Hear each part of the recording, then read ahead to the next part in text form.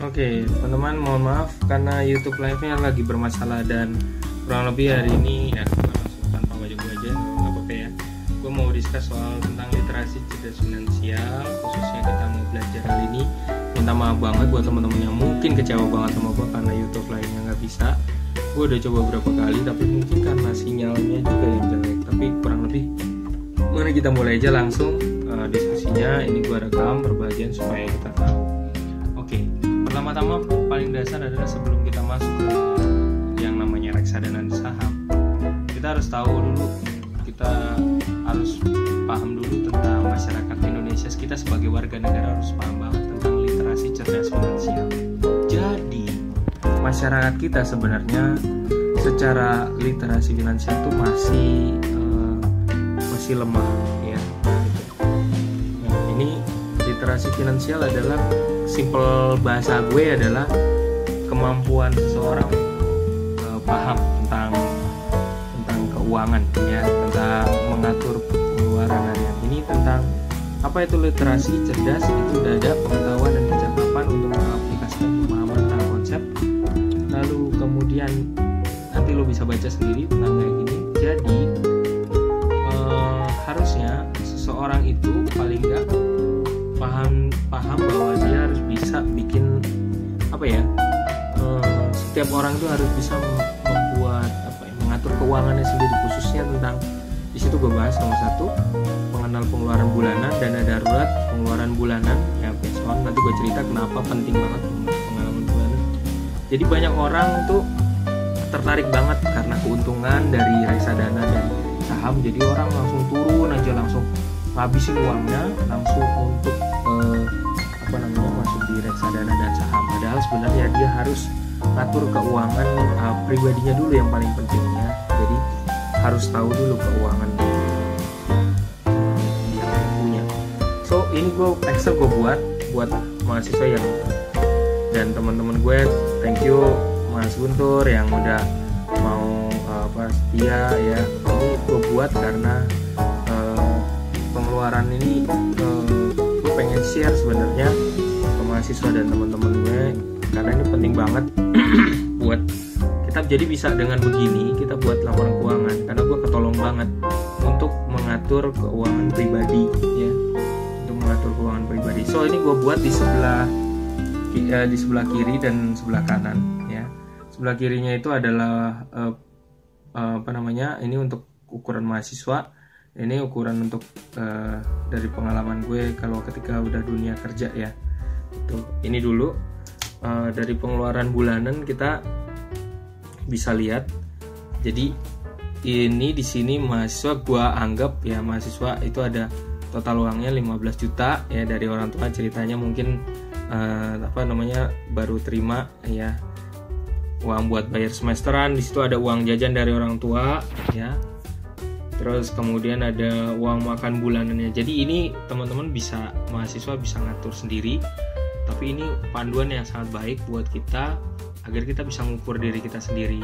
Nah, lalu pertanyaannya, ketika kita udah nulis, nah uang makan bulanan tuh ditulis, terus kemudian jadi di situ ada tabung reksadana pasar uang ya. Tabung reksadana pasar uang ini langsung udah dialokasikan dulu yang paling pertama. Ya udah dialokasikan, jadi langsung dialokasikan yang paling pertama. Jadi bukannya dihabisin dulu untuk keperluan lain baru dialokasiin, enggak, no. Pertama Anda harus berani alokasiin berapa persen. Itu paling ideal 10%. Terus kemudian ada uang jajan yang buat jajan lo, terus kemudian bayar kos, bayar kampus, asuransi jiwa kalau ada, ikut asuransi jiwa yang entah prudensial, CAR ataupun Manulife, Jiwasraya dan sebagainya ya. Terus kemudian jangan sampai lupa juga alokasi bayar bensin. Bohong lah kalau nggak pakai alokasi bayar bensinnya. Jadi situ ada 1,2. Nah jadi kurang lebih ketika mahasiswa menerima 19 juta, nah dia pengeluarannya itu 16. Ini memang nggak wajar karena ada total uang yang dititipkan oleh orang tua. Kalau misalnya nggak ada, mungkin kecil. Jadi ini pengeluaran yang yang rata-rata ya. Nah kan ada, karena udah dikurangin ya, ada karena bayar kampus ya. Coba kalau ini bayar kampusnya gua nolin ya, contoh ya, ini gua nolin nih misalnya Terus kemudian ini juga misalnya total dari orang tua itu misalnya dapatnya 5 juta juga buat pegangan, ceritanya buat pegangan. Nah jadi kayak gitu. Nah ini udah sistemnya udah oke. Nah inilah tabung reksadana pasar uang inilah, maksudnya sering salah kaprah bahwa seluruh duit yang kita terima, yang kita pegang langsung dimasukin ke beliin saham atau beliin itu karena demi keuntungan pribadi. Padahal Anda juga harus mikirin untuk pengeluaran harian Anda ya. Ini adalah contoh untuk mahasiswa. Jadi jangan sungkan kalau misalnya Anda bingung tentang bagaimana tentang cara ini. Nah, di masa depan Anda akan menjadi seorang yang bekerja juga, entah jadi bos, entah jadi karyawan ya. Jadi di sini ini gue bikin basicnya adalah pengalaman pribadi ya. Jadi kurang lebih ke misalnya gaji kantor orang pertama nih, gaji pertama tuh 3,5 ya. Terus kemudian Anda ngajar les ya, ngajar di satu tempat ya, di ruang guru ceritanya dapat insentifnya 1 juta. Terus untung jual pulsa misalnya 500.000 ya gitu. Nah, kemudian pemasukan yang didapat ya, mungkin Anda kalau ada pemasukan lain silakan lo ditambahin di situ ya. Tapi nanti begitu pengeluarannya, sini gue langsung sebenarnya ya namanya pengeluaran tuh kalau orang udah kerja tuh banyak banget, pengen minum ini, minum itu segala macam. Jadi akhirnya keteteran karena dia nggak pernah bikin laporan keuangan. Tapi paling ideal menurut gue adalah alokasi ya. Alokasinya itu situ gue buat sebagai contoh. Jadi paling pertama ketika lo terima gaji, lo langsung alokasiin untuk investasi ya. Alokasiin untuk investasi, di situ investasinya kurang lebih tuh 1 juta. Nah, gitu kan. Kemudian alokasi yang investasi ini jangan pernah lo ganggu gugat sama sekali, oke? Jangan lo pernah ganggu gugat, oke? Nah, yang boleh diganggu gugat adalah alokasi kebutuhan harian, ya harian tuh kayak odol, makan segala macam, bla bla bla bla, itu budgetnya itu sekitar 2,5. Alokasi dana dadakannya itu ada 1 juta jika diantisipasi jika terjadi apa-apa ya gitu.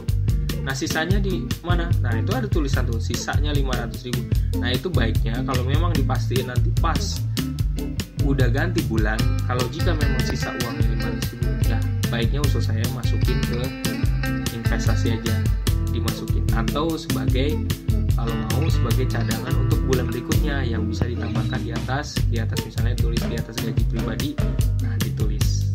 Oke. Teman-teman, ini adalah 2 contoh yang aku kasih karena dari pengalaman hidup ini sangat efektif banget buat kita ngukur diri kita sendiri. Dari pengalaman gue bersama istri juga begitu untuk ngukur diri kita sendiri. Dan sekali lagi kalau kita nggak pernah buat kayak gini, kita nggak bisa mengukur kemampuan diri kita sendiri. Akhirnya kita kalah sama gaya hidup kita sendiri. Ya, ini ada 2. Sekali lagi, Pak, ini boleh nggak? Ini untuk mahasiswa gue, Pak, boleh nggak ditambahin? Di sini ada menunya mungkin ditambahin, ada pengeluaran tambahan. Monggo silakan ditambahin. Ya, yang namanya pemasukan dan pengeluaran itu bisa Anda masukin. Oke. Ini sesi yang pertama dulu, pengeluaran pribadi. Ini penting banget karena ini nanti kita akan menentukan dari mana sih kita kalau mau nabung untuk reksadana sama pasar saham. Nah, itu tuh reksadana sama sahamnya, dananya dari investasi yang kita kita udah pisahkan. Thank you. Terima kasih. Salam dari gua. Kita masuk ke part berikutnya. Jangan sampai lupa untuk buka PowerPoint-nya. Thank you.